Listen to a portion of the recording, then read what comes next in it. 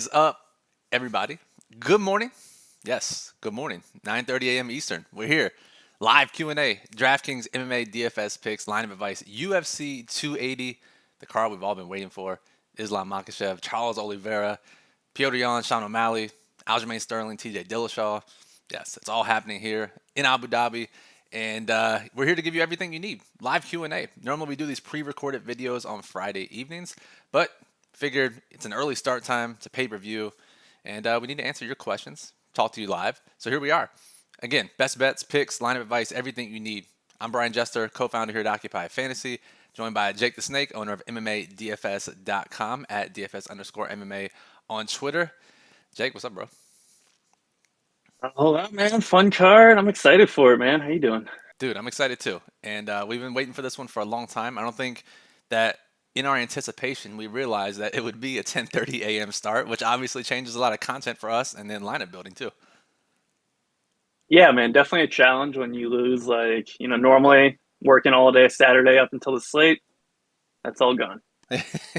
Just jam packed. Just gives us less time to overthink, honestly. Just jam our alarms in. We got our takes. So here's what we do. If you guys are new to the channel, you've never seen this before, this is a 30-minute version. Usually it's 15 to 20 minutes. But we talk about the main events, what they mean for DFS and betting. We'll go a little more in depth today because it is a 30-minute show and there is some strategy to having two 5-round fights on the card. We'll talk about there are no newcomers. Unfortunately, there was one. That fight was canceled for some reason. And we'll talk about fighters who have just a couple of UFC fights under their belt, give some more context to their stats, help you make better decisions when using them or not using them for your lineups. Some prize picks plays, you see the promo code, a fight you have to target in DFS, and we'll give a couple stream bets at the end of the show. I said we got Patrick in the chat. We got Brav in the chat. What's up, guys? Appreciate you joining. If you guys have questions throughout the show, go ahead and throw them in there. We'll answer them along the way throughout our normal routine here. And see, Patrick says good morning from the West Coast, which is absolutely brutal. 6:30 a.m. out there. Appreciate you tuning in, waking up early for us. And Brad, yeah, who's gonna be the lock button full fade?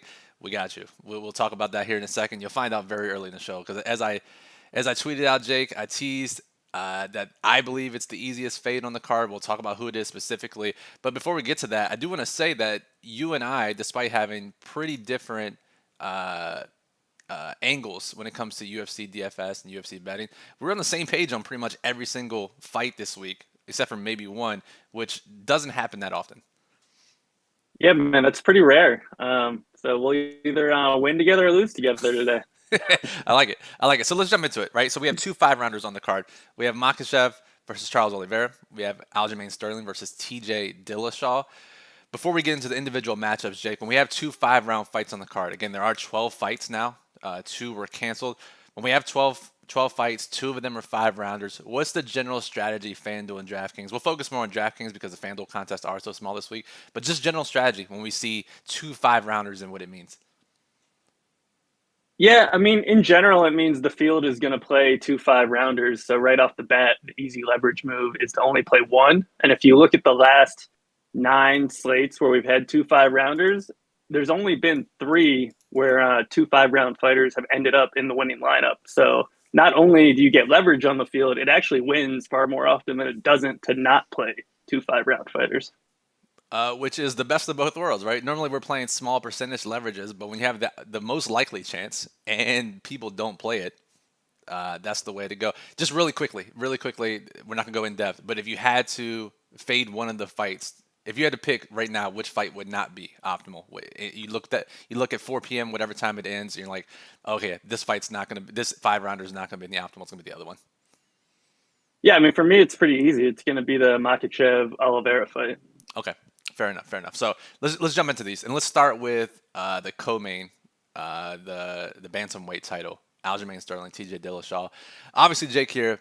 If you look on paper, Dillashaw looks like a great play in DFS. Dillashaw looks like a great bet. The obvious issue, though, is him coming off the long layoff, his age now.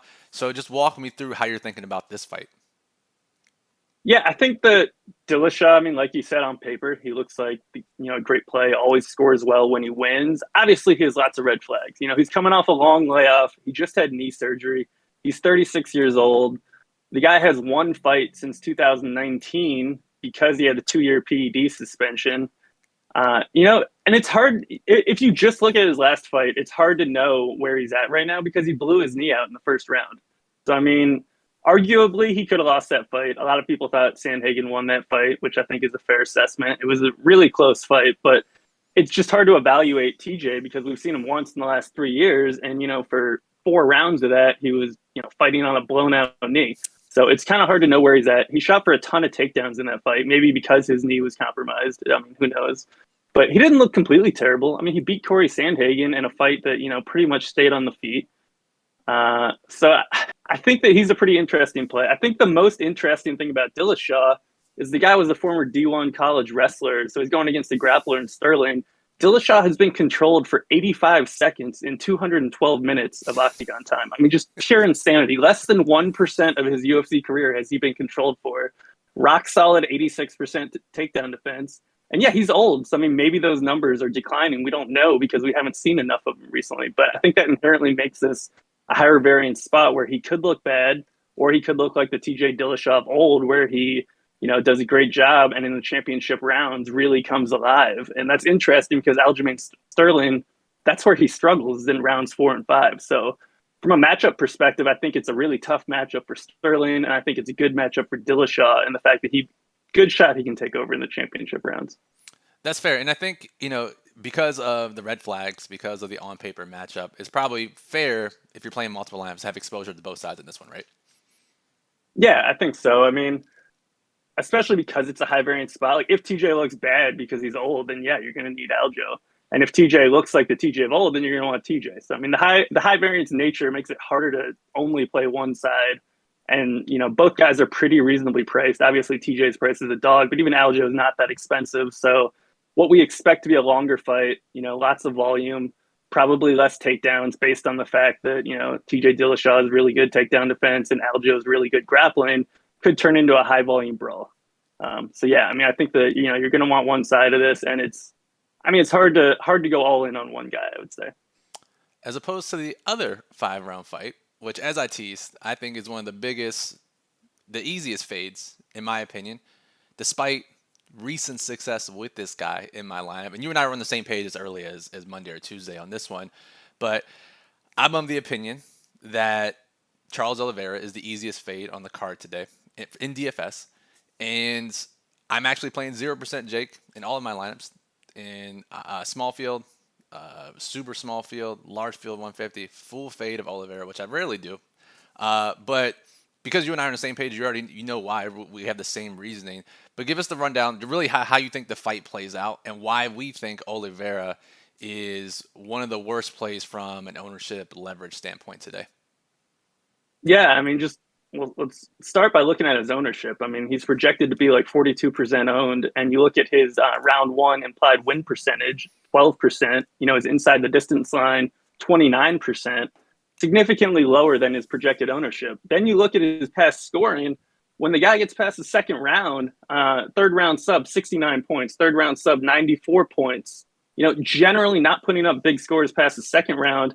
And even past the first round, we've seen him not always put up a big score. So, I mean, the guy's, I would say he needs to finish in the first 2 rounds. He may need to finish in the first round. His projected ownership is so far above the chances of that happening that it's such an easy fade. I mean, can he land a submission? Can he land a knockout? Absolutely. But if you look at the chances of it happening relative to where he's owned, I mean, it's just a no-brainer fade. And recency bias is going to have everyone on Charles. He's won the last 2 fights as a dog.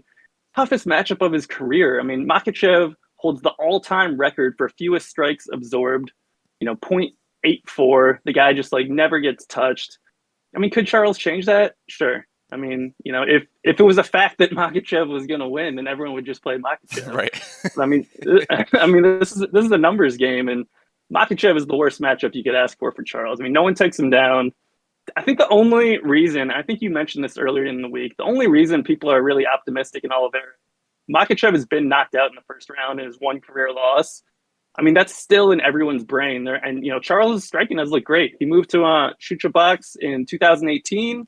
Striking has looked great since then. I mean, massively improved from earlier in his career.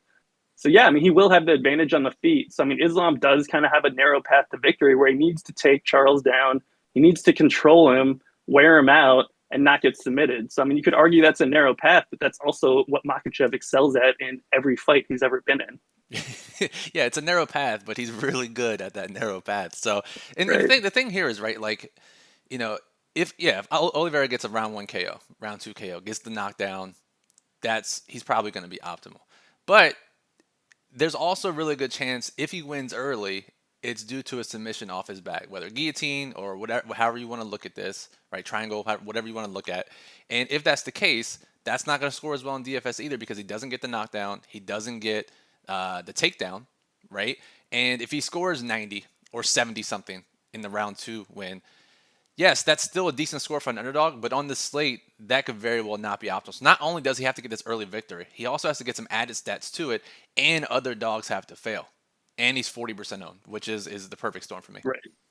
That's a great point. Yeah, I mean, right. He can still fail even with a finish in the first two rounds. I mean, absolutely. Guillotine, he could score like 95 points, get outscored by the other dogs. Like so many ways he fails, and the whole field is just playing his ceiling here. I mean, that's all they're doing. Yep, you're exactly right. So, speaking of these two fights, we talked about high risk. What about low risk? 50-50s, double ups, head to heads. For those who have tuned in, read the daily plug, read Jake's work, you know that stacking 5-round fights is generally a profitable low risk strategy. It gets tricky, Jake, when we have 2 5-round fights. What do you think is the optimal way to go for those types of contests this week?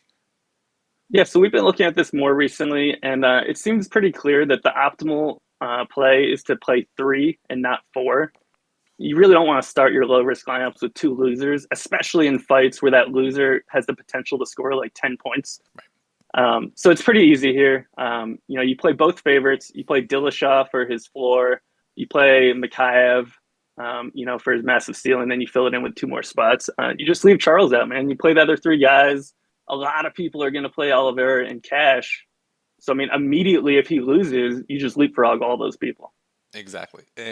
And as we know, as DFS gets sharper and sharper, even some of these niche sports, we see more people playing the quote-unquote optimal lineup or the right way to play. Lots of mistakes are made too, but at least you'll get past some of those trains if that does indeed happen. All right, so we do have no newcomers. If you guys have any questions, throw them in the chat. If you're here, we got a lot of people watching. Say what's up. Good morning in the chat. We'd love to hear from you. Jake, we do have an off-the-wall question here. What kind of office chair are you using right now? Dude, this is like something I got off my old one was Amazon. This is like some Staples bullshit here. I need to get something new. This is like, it's not that good. We'll see. I think I'm going to upgrade soon. I need to get like the whole standing desk going. I'm sitting like 18 hours a day here working. It's not healthy. Your neck and hip flexors and back are just tight as can be. So, all right, let's move on. We have no newcomers to talk about, which is generally where our edges are, but not surprising considering it's a pay-per-view. So we'll play a game that we've been playing the past few months: good fighter, bad matchup, bad matchup. Basically, we look at fighters that have 4 fights or less in the UFC, and we give some context to their UFC stats by talking about what we think of them as a fighter and what we think of them in this particular matchup. So let me clear out this lineup screen, Jake. We'll start from the highest salary to the lowest salary. We have Makhachev, who does have 2 fights under his belt. He's the largest favorite on the card, minus 1250 last time I checked. Good, bad fighter, good, bad matchup. Yeah, man, this guy's a really good fighter. I think it's a good matchup, but Gordon is a black belt, and he's only been submitted once in his career, I believe, and that was in his UFC debut against Amir Albazi, and that fight was up at 135 pounds.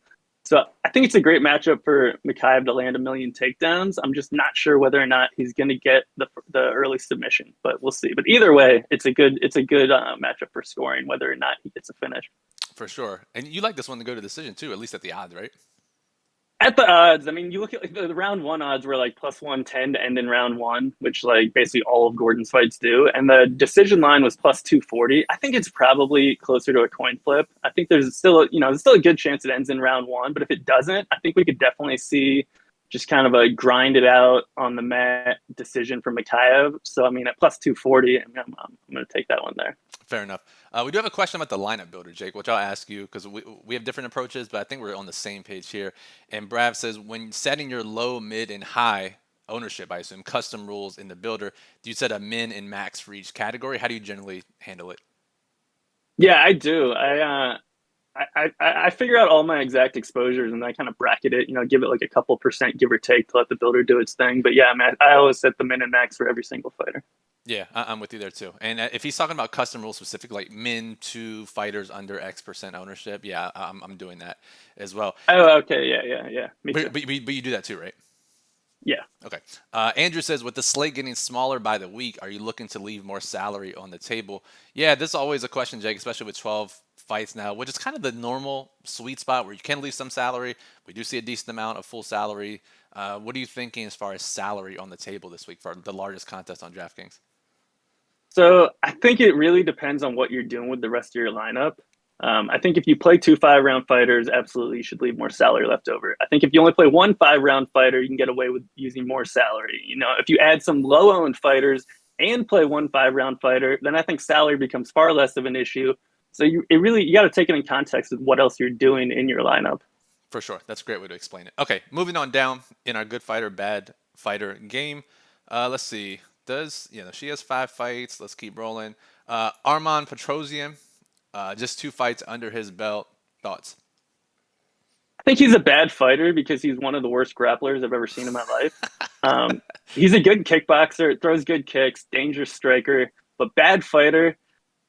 And I don't know. It's a tricky matchup because he's going against the guy in his second UFC fight who got smothered on the mat for the last 10 minutes of his first UFC fight. So, like, AJ Dobson should take Arman down and just beat the shit out of him on the mat and finish him early. But if he doesn't, then, I would say it's a good matchup for scoring because one of these guys is going to get knocked out in a crazy brawl. So I don't think it's necessarily a bad matchup just because AJ Dobson is so young in his career, but theoretically, any matchup could be a bad matchup for Arman because anyone that's willing to take him down is going to immediately make it a bad matchup for him. For sure. And Patrick in the chat says Dobson is high in the model with a cheap price tag. That's very enticing. And I think that should say a lot, Jay, because obviously the model does a lot of regression work and a lot of pre-UFC work goes into guys' numbers who only have a couple fights under the belt. And to see him so high in the model after basically scoring 0 points in his first fight, let me bring him up really quickly. Dobson, 7,100. Yeah, scored just 25 points in his debut. To see him that high is enticing and should open your eyes a bit. So you talked about the flip side here. Is Dobson a good fighter, a bad fighter, despite being so young? Yeah, he's super early in his career. So, it's a little tricky. The guy has 7 pro fights, but I think he's an exciting fighter. He's a good fighter for DFS purposes. Guy comes in just brawling, looking for finishes. All of his finishes have come in the first round. 5 of his 6 wins have come in round 1. So, it's hard to say that he's a good fighter yet either because, he showed a big gap in his grappling game. He's kind of one-dimensional around one finisher, but massive upside, cheap price tag, good matchup, and I think theoretically a good fighter and a really good finisher at the very least. So I'm excited by him. I love him today. Do you think he goes overlooked by the field? Or how overlooked do you think he goes? I think that's a good question. I think he's not going to go completely overlooked. We have him at projected 20%, which when a guy's at 20%, that's like, well, he could be low owned or he could like low 20s. When you see 20, that's the indecisive projection where it's kind of like 50-50 whether he's low owned or low 20s, but he's not going to be high owned. The field does not play guys like this that got destroyed in their UFC debut, coming into their second fight. Historically, a great spot to play guys. Yeah. So I would say on a 12-fight card, yeah, he's going to be pretty low owned. Okay, we'll take that for sure. So you guys already know how we're playing that one. So, all right, let's go back up to the top of the pricing table. Kai Bohalio, 2 fights under his belt. Good fighter, bad fighter, good matchup, bad matchup. Yeah. He's a good fighter and sort of a good matchup, but this guy just annoys the hell out of me because he refuses to go for finishes on the mat. Really good at taking people down, good at controlling them, and he trains with he spent 8 years training with Damian Maia, and he just cannot lock up a submission to save his life. I just don't get it. He just hangs out on people's backs. He fought Arman Petrosian last fight, hung out on his back for the whole fight, and couldn't sub that guy. So 10 minutes of control Murata, time. Dude, crazy. If he actually landed ground strikes or went for subs, he just has a massive ceiling. But until we see it, it's just hard to trust him. So he's a physically gifted fighter.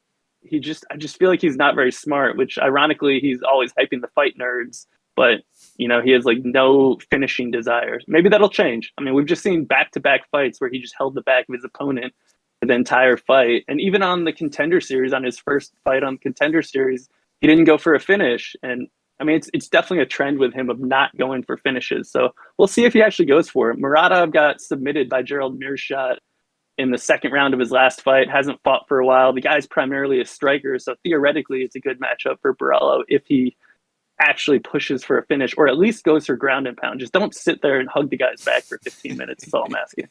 Very fair. That's not even that much to ask for. Also, as John points out in the chat, Dobson is in that Sugar Sean O'Malley range as well, which obviously will pull some ownership away from him as well. So, all right, let's keep it on moving. Technically, she does only have 4 fights, but Manon Fior against the blonde fighter, Caitlin Chikagian here. Obviously, we both think she's a good fighter. What do you think of this matchup? Obviously, on paper, it looks like a bad matchup, but the weight cut could change that a bit, Jake. Yeah, I mean, you never know. Like, Chuk missed weight by 1.5 pounds, which is, I mean, that's pretty rare for her. She's huge for the division. I'm kind of surprised she doesn't miss weight more often. But yeah, I mean, you never know what that weight cut means. Like, was she injured?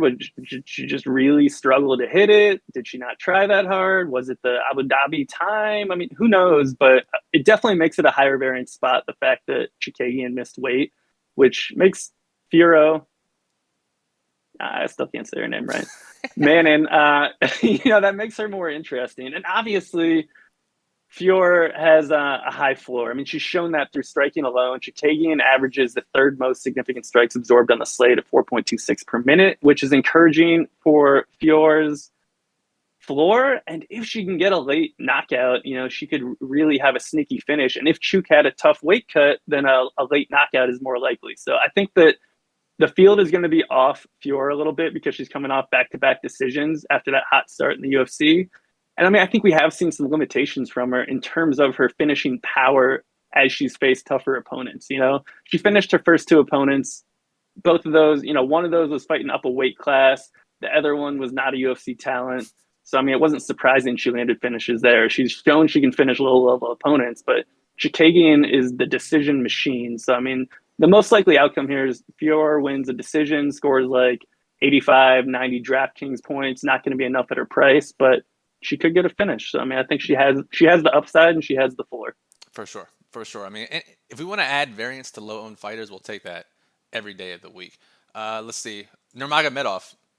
This fight is 2 fighters with less than 4 fights under their belt. So Nurmagomedov, Omar Gadzhiev. It's 9:53, Jake. So we're running out of time here. So let's run through these last few fights pretty quickly. This fight here in general, Okay. are they good or bad? And is the matchup good or bad for either one? Man, Nurmagomedov's that's Khabib's cousin. So, I mean, theoretically, he should have the wrestling upside. The other guy, Omar Gadzhi, is coming down a weight class after his debut, which is always concerning.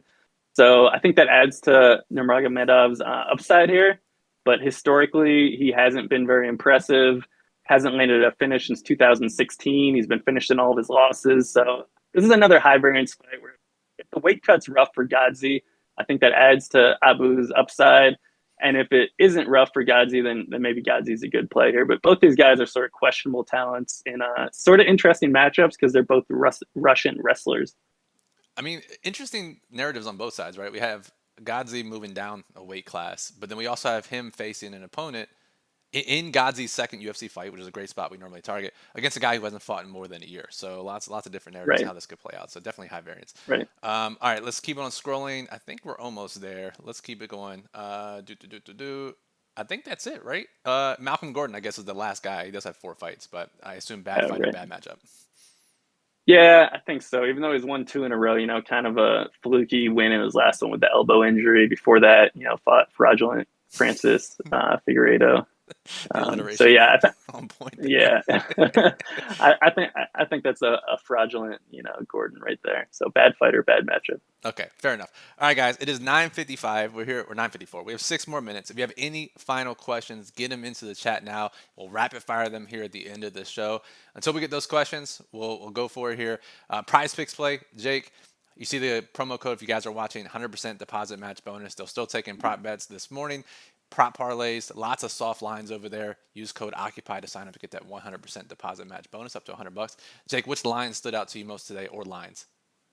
Yeah, I like Fior over 77.5 significant strikes. That projects to be a high volume stand-up battle. Unlikely it ends early. So I think she's going to hit the over on that. Okay, cool. Fight that we got to target in DFS. Not a 5-rounder. Whoever wins likely ends up in the optimal lineup. That's going to be Dobson Petrosian for me. Fair enough. I think we talked about that at length. Patrick asks, what are your thoughts on the Brady and Muhammad fight? So I think the pricing keeps it in play, but I think it could potentially be a stalemate. Both guys like going for takedowns. Both guys have a super solid takedown defense. Brady's going to be really popular. Bilal's coming off, two of his best scoring career wins, which will drive his ownership up. I don't know. I kind of think it's going to be sort of a stalemate, but at their prices, the winner could definitely sneak into the winning lineup. For sure. We haven't talked about this fight at all, but the Jan O'Malley fight, we got a question in the chat, how we think it plays out. The public probably going to hit the O'Malley button. What do we think about ownership? Jake, I think the perception here is, and correct me if I'm wrong or if you think differently, but step up in competition for O'Malley, but should be popular based on his price, his recent ownership, his scoring history here. But it's a tough matchup, obviously. Just a huge step up in competition. Jan, I think the narrative is he's a slow starter, but should turn this on late, finish on even in round 2 or round 3. I think is probably the consensus. But I guess just what do you think? What is your final thought on what the field's going to do and how it eventually plays out? Yeah, I think that the name star power is going to suck ownership into this fight, even though there's a really good chance it ends in a decision. If it goes the distance, I don't think either guy scores well. I don't see O'Malley knocking Jan out. I think Jan has a chance to get a second or third round knockout and score well if he can, get multiple knockdowns there. He's not a huge volume guy. Everyone in the world has pointed out he's a slow starter. Right. Maybe he's not a slow starter here. He's been a slow starter in 5-round fights when he's had the luxury. He hasn't always been a slow starter in 3-round fights. He's had good first round in past 3-round fights. So I don't think he's going to be a super slow starter here. But even if he is, I think he comes back, wins the later rounds, potentially gets a finish. I think O'Malley is going to be way overowned. I'm full fading O'Malley in my 150.